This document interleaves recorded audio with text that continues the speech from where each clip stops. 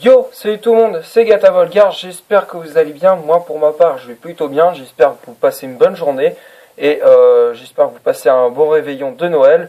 Aujourd'hui on se retrouve pour une nouvelle vidéo, donc on se retrouve pour le débrief du match Cardiff City Manchester United, match qui comptait pour la 18e journée de Première Ligue. Désolé du retard, j'ai eu tout simplement un empêchement, je l'avais dit à un de mes partenaires qui fait des débriefs sur Manchester United, c'est le supporter de Manchester United, c'est Let Dust. Donc j'avais dit à lui que mon débrief sortirait un petit peu plus tard et j'avais oublié de prévenir à mes abonnés que le débrief sortirait un petit peu plus tard aussi. Bref, c'est pas grave, du moment que le débrief soit fait, c'est principal. Donc comme je l'avais dit, Manchester United, le score c'était victoire des Red Devils 5-1 face à cette équipe de Cardiff.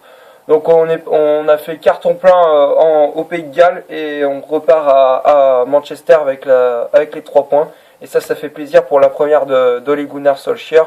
Bienvenue à toi bienvenue à la maison, comme tu disais, tu es le bienvenu. Donc welcome to Man United. Donc c'est vrai que quand on a vu le jeu de Manchester United quand c'était José Mourinho et le jeu proposé par Ole Gunnar Solskjaer, c'est vrai que ça a rien à voir, hein. Franchement, quand on voit le jeu de Manchester United quand c'était Mourinho, ça faisait que des transversales et tout. On laissait l'adversaire avancer pour faire la passe à 10 et tout. Et là, maintenant, depuis que c'est Solskjaer sur le banc de Manchester, ça n'a rien à voir. C'est genre dès qu'il y en a un on a retrouvé la solidité dans l'équipe, le collectif. Dès qu'il y a un coéquipier qui perd le ballon, hop, il y en a un qui le reprend. Les défenseurs montent, c'est vrai que les défenseurs ont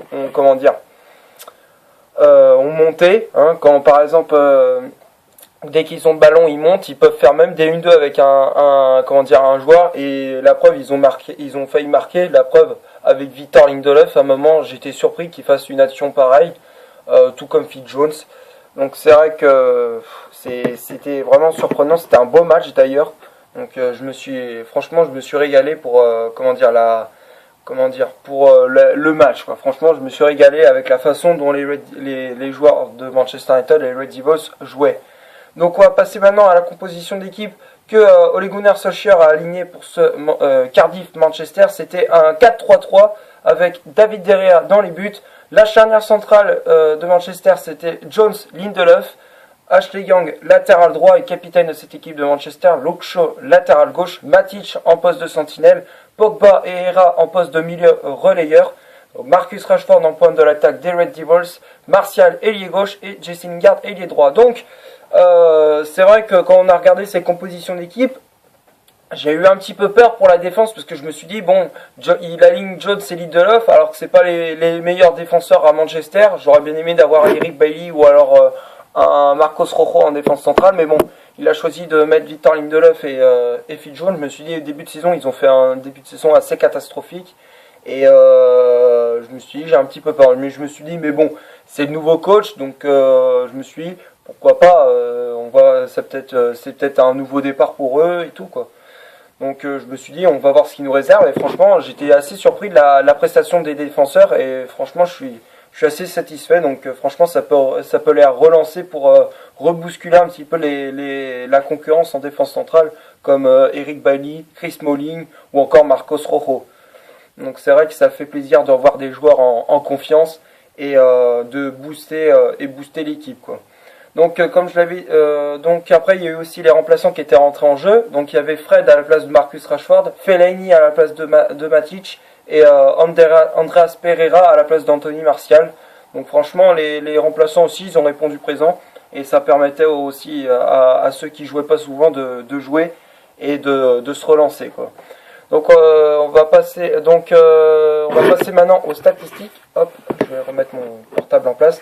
On va parler des statistiques dans cette vidéo. Donc la possession de balle a été totalement stérile. Elle a été pour Manchester United 74% de possession de balle pour Manchester United contre 26% pour Cardiff. Alors on va me dire, ouais, mais c'est que Cardiff, mais quand même c'est assez important de prendre des points et de marquer énormément de buts. Même si au goal average on est à plus 4, mais quand même ça permet de prendre un peu, de marquer le maximum, même si on n'a pas une défense assez solide. Il faut qu'on marque énormément. Comme ça permet de, comment dire, d'augmenter le goal average. Comme ça, on sera pas trop mal pour monter au classement. Donc comme je l'avais dit, la possession de balle était mancunienne, 74% de possession de balle pour Manchester United contre 26 pour Cardiff. Après les corners, il y en a eu 7 au total pour Manchester United contre 4 pour Cardiff. Les tirs au total, il y en a eu 13 au total, dont 8 cadrés, et du côté de Cardiff, il y en a eu 8, dont 3 cadrés.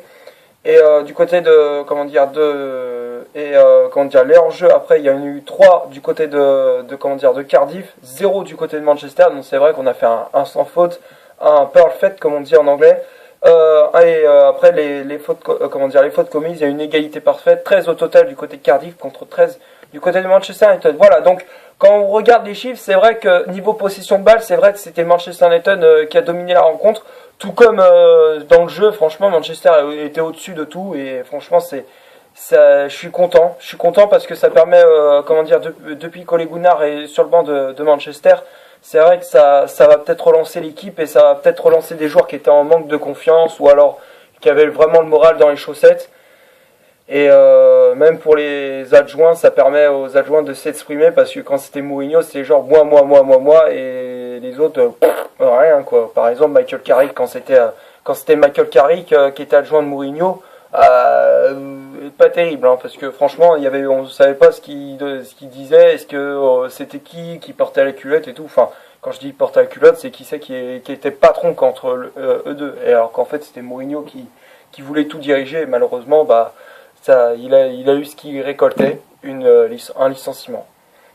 Voilà, donc on va passer maintenant au top et au flop. De cette vidéo. Donc les tops, c'est David De Gea. De Gea, franchement, je fais du post par post comme d'habitude. De Gea, franchement, il a eu un match assez relax, mais quand même, il a fait des arrêts comme il faut. Donc franchement, félicitations pour lui. Après, la charnière centrale, Jones, Lindelof, franchement, la défense a été assez solide aujourd'hui. Il y a 2 jours, je veux dire, parce que on est le 24 décembre. Le match c'était samedi, donc du coup, j'ai pu regarder le match, mais bon, j'ai eu un empêchement derrière. Donc c'est ce qui m'avait, empêché de faire le débrief. Et comme je disais, Phil Jones et Lindelof, ils ont été assez solides durant ce match. Donc franchement, j'ai bien aimé. Après, Ashley Young et Luke Shaw, les latéraux, franchement, ils ont fait un boulot de dingue. Ils ont fait que des allers-retours, et franchement, ça fait plaisir. Donc j'aimerais bien que ça continue dans ce rythme-là. Matic, franchement, il a fait un boulot propre, franchement nickel. Il récupère toutes les balles, il les renvoyait comme il faut. C'était un peu la machine à laver de Manchester United. Pogba et Herrera, franchement, Herrera, il a marqué un beau but, donc je le mets dans le top. Franchement, pour l'instant, il n'y a que des tops. Herrera, comme je le disais, il est dans le top parce que franchement, il a marqué un super but, franchement, un super but, lors du deuxième but. Après, Pogba, il a fait un super match aussi. Un bon match de la part du milieu français, qui a été auteur de 2 passes décisives, me semble. Et franchement, félicitations à lui. Après, les attaquants, Rashford, il a marqué un joli coup franc lors du premier but de Manchester United. Joli coup franc de la part de l'international anglais. Il a frappé avec beaucoup de force, avec énormément de puissance, et ça a permis aux joueurs et il a mis ce ballon au fond des filets. Après, Martial, il a fait un super match. Franchement, rien à dire pour lui. Et Jesse Lingard, auteur d'un doublé, donc franchement, il n'y a rien à dire pour lui. Franchement, je le mets tout le monde dans le top, même pour les remplaçants Fellaini, Fred et Pereira, franchement, je les mets dans le top aussi. Ils ont répondu présent également. Et j'avais oublié aussi de dire les buteurs, donc je vais les dire pour ceux qui ont marqué du côté de Manchester United. Alors, Manchester a gagné 5-1 avec les buts signés Marcus Rashford dès la 3e minute de jeu. Ensuite, à la 3e minute de jeu, 1-0, puis 2-0 grâce à Ander Herrera à la 29e. Donc il y avait 2-0 à la demi-heure de jeu. 38e but de Camarasa sur penalty à la 38e minute de jeu. Et à la 41e, Anthony Martial enfonce le clou, 3-1. Donc à la mi-temps, il y avait 3-1. Et en seconde période, il y avait un doublé de Jesse Lingard, dont un sur penalty à la 57e et un but à la 90e minute de jeu sur une passe de Paul Pogba justement. Et grâce à ces victoires, Manchester United remonte au classement. On est actuellement 6e.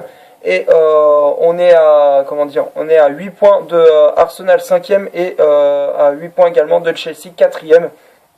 C'est vrai que ça fait toujours plaisir de revoir qu'on remonte au classement, parce que le club il était un peu en crise suite à la défaite de Manchester United contre Liverpool, la défaite cinglante, et franchement j'avais eu les boules. Et j'espère que quand ce sera Ole Gunnar sur le banc, j'espère qu'il va remonter le moral des joueurs et les remettre au charbon et qu'ils soient en pleine confiance. Voilà, donc c'est tout ce que j'avais à dire. Merci d'avoir regardé cette vidéo. Comme d'hab, si ça t'a plu, tu laisses un énorme like. Tu cliques ici pour t'abonner pour rien de rater mes vidéos. Tu cliques ici pour en voir une autre si tu le souhaites. Et moi, je te dis à la prochaine pour un prochain débrief. Salut!